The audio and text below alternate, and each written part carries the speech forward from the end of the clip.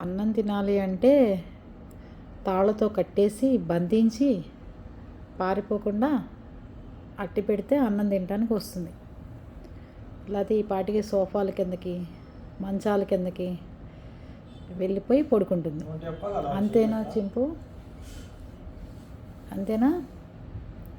నిద్రపోతున్నట్టు నటిస్తే అన్నం పెట్టరని. అవే కదా వేషాలు నీవి. ఏమ్మా చూడండి, భోజనం పెట్టే టయానికి రోజు కట్టేసి పెడితే వస్తుంది.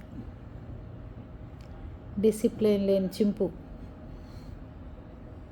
చింపు బయటికి వెళ్దాందా, నిద్రపోయించాలు.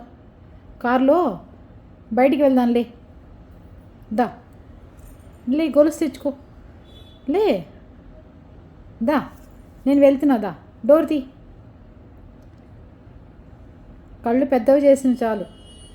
దా దమ్మా. అన్నం పెట్టేదాకా ఇట్లాగే ఉంటుంది.